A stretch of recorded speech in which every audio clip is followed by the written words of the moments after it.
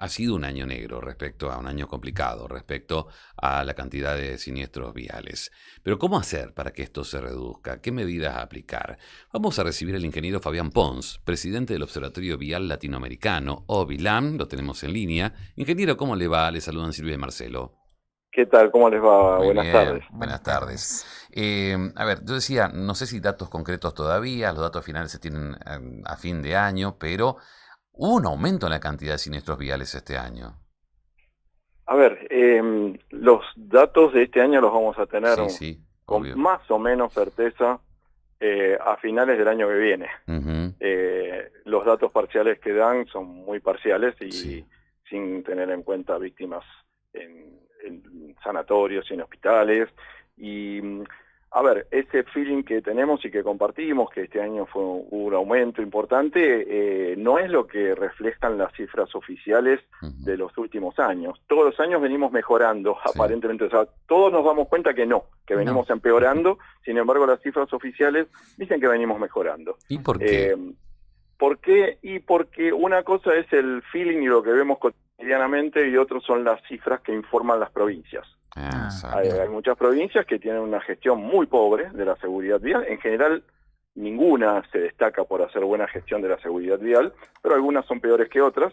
Y esas peores, cuando en vez de decir, bueno, sí, miren, no estoy haciendo las cosas bien, Ujú, por ahí publican cifras que no son las correctas. ujú, Entonces, está esa sensación de mejora cuando en realidad no lo es, o tergiversan, o dicen que, por ejemplo, recaban las cifras de los muertos en el sistema hospitalario y sabemos perfectamente que no tienen esa cifra porque no lo tiene la provincia. Entonces pero si por un lado tus propios médicos dicen que no lo sí. tienen, ¿cómo haces para tenerlo? Entonces sabemos que es un invento. Hay provincias que directamente no pasan los datos. Ujú, Entonces en la letra chiquita abajo dice esta provincia y esta provincia no pasaron los datos. Dice, bueno, pero entonces tenés que sumarlas.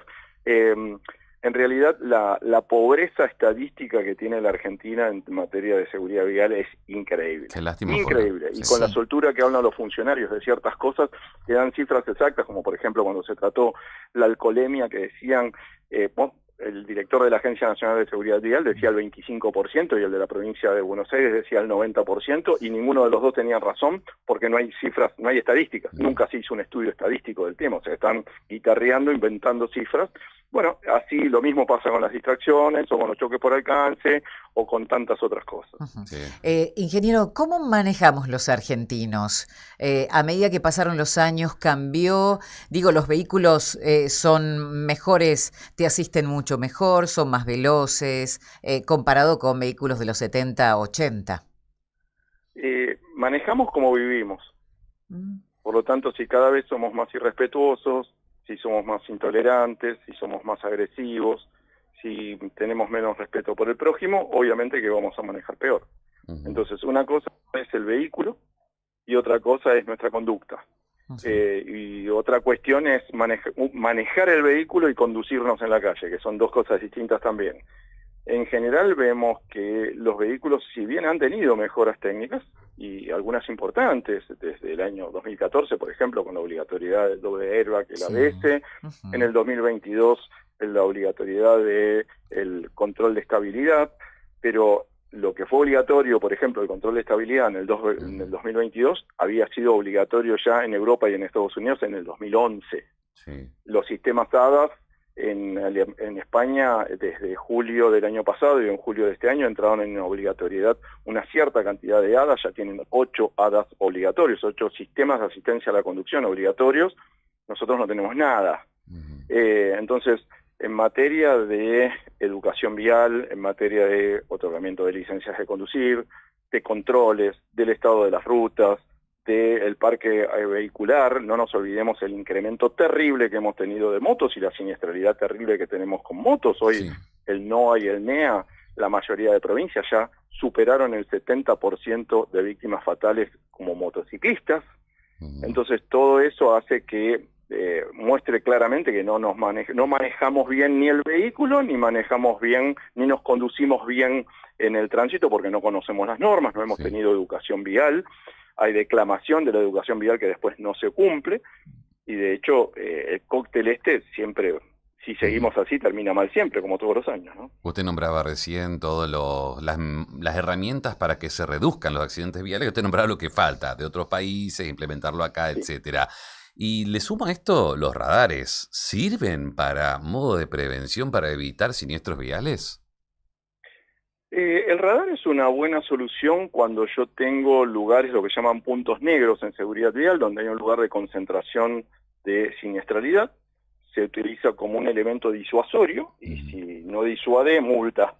Pero acá se ha cambiado el concepto ese y partiendo del aberrante sistema federal de tránsito que tenemos, o sea, el mal uso del federalismo, ha servido más que nada para que muchos municipios recauden haciendo cazabobos, o sea, no se ponen para mejorar la seguridad vial, sino para ver cómo se recauda.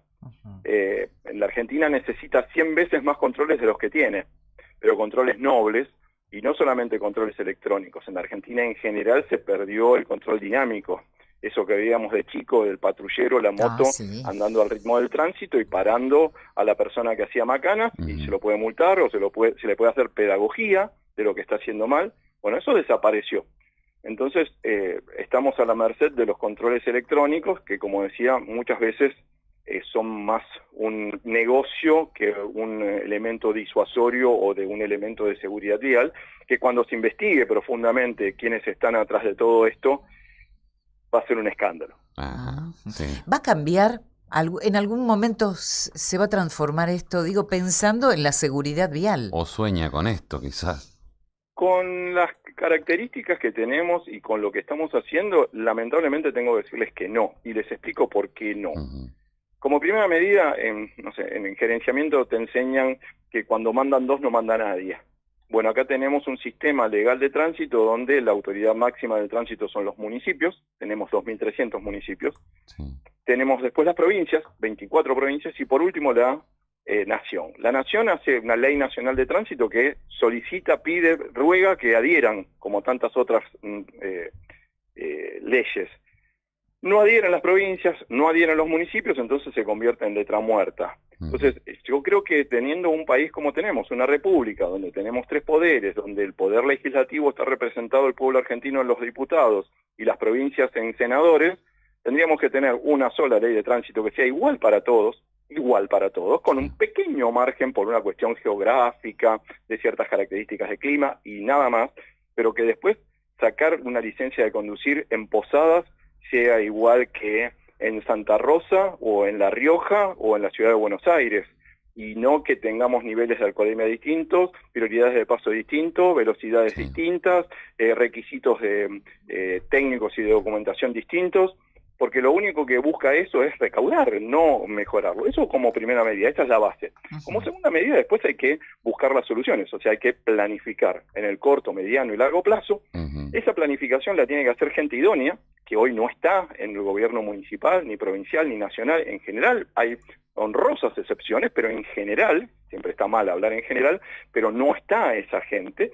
Y después hay que ejecutar esos planes, y esos planes tienen que contener la parte educativa, la parte de concientización, de control, de sanciones, de modificaciones legislativas, de sistema de otorgamiento de licencias de conducir.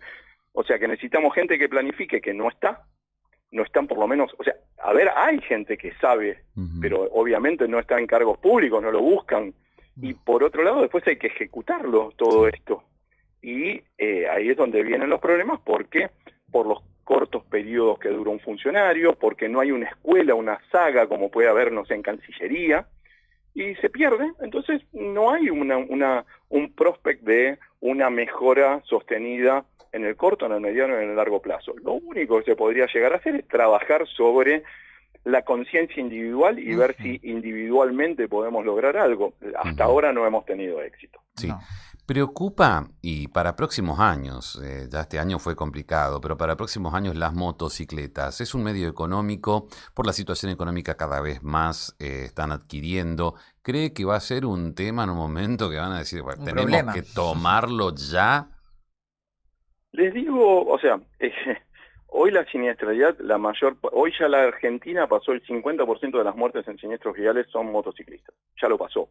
Y en algunas provincias, como decía, del NOA y el NEA, pasó el 70%. El tema de la facilidad de la compra de la moto hace que cada vez se use más.